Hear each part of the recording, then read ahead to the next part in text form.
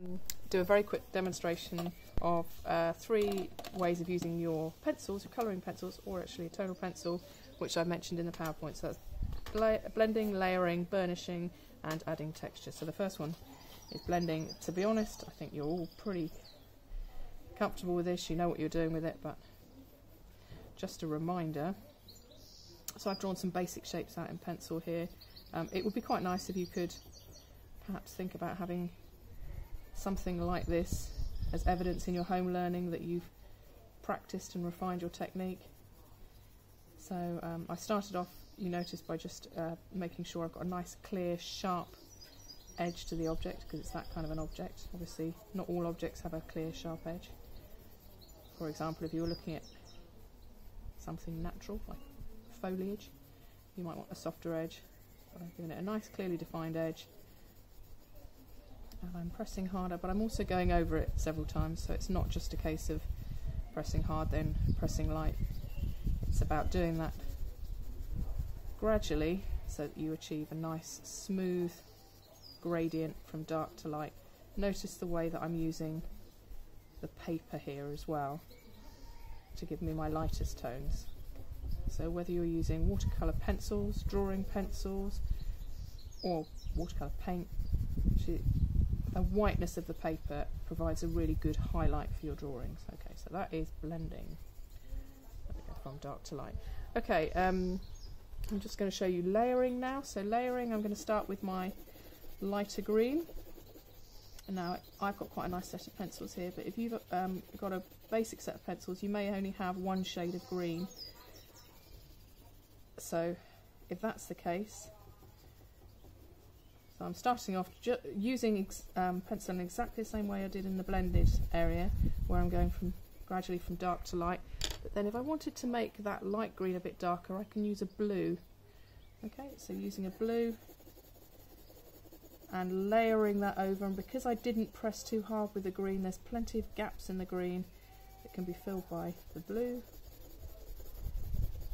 Again, pressing harder and lighter along that edge. And then what's the other colour that's in green? It's of course yellow, so I could then use the yellow here. If you've got primary colours that you want to layer, you just be a bit imaginative about it. So for example, if you were using a red and you've got quite a nice dark brown, you could layer a bit of brown in. Obviously the really obvious one is black. Just be a bit careful about layering black in with colour, because black is very dominant. Okay, I'm just gonna... Okay, now I'm going to do something called burnishing. So going back over the entire shaded area with that pale green, and this time really pressing quite hard, and because it's a light shade I can press quite hard, filling in the gaps and creating a bit of a shine, because that's what burnishing means. It's basically giving your colours or giving an object a bit more of a shine. Okay, so that's burnishing. Burnishing is completed using the lightest colour, going back over, and if you do happen to have a white in your set, white is the classic colour to use for burnishing, because it's really unobtrusive and it just fills in all those gaps and gives it a really nice shine. Okay, so that is layering, burnishing and blending explained. Texture. Texture is where you're going to start to use some of those techniques. So let's say that I'm going to turn my cone into a kind of conifer, kind of Christmas tree type thing. So here I'm using kind of lines, which we'd call hatching. So whatever technique you're using, modify it, adapt it. You know, when you think of hatching, you tend to think of quite straight lines, but obviously you wouldn't be getting straight lines on a tree. Okay, so I'm putting in the darkest colour first, so I'm still using the techniques that I referred to earlier.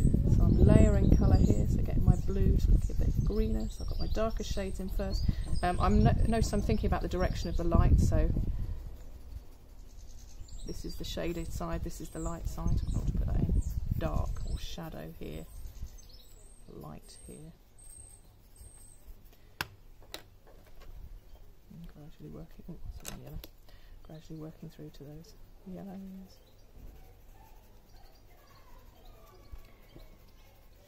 conscious, don't want to make this video too long, but hopefully you're getting the idea. Another texture I use a lot is scumble, which is like a controlled scribble. So if I had a more rounded leaf tree, for example, I'd be using that scumble. So I'll just demonstrate a couple of the textures and then that will be it. I need to spend a bit of time on that, sorry, my apologies. Needs a bit of work. But anyway, that gives you an idea of using, sorry I can't leave it alone now. Gives you an idea of using textures.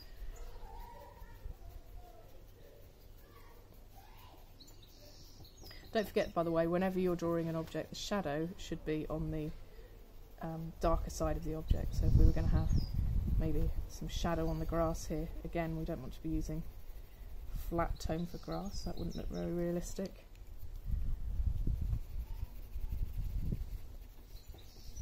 The shadow should be there.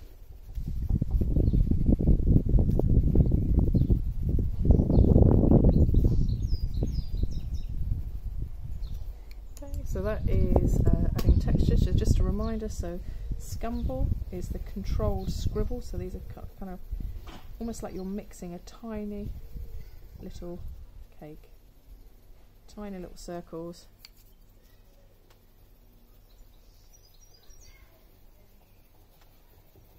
Okay, that's scumbling.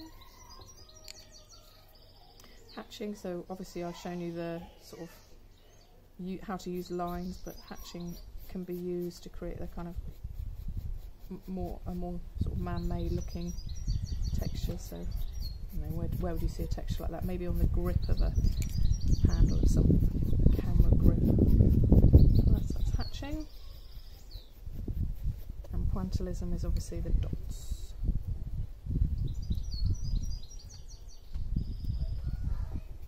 Okay, and when you're using pointillism, just one dot next to another dot with different colours, and you can see them starting to mix on the paper. Okay, dots further apart for lighter and close together for darker tones. Okay, so that's blending, layering, burnishing and texture. Hope you get on okay, good luck.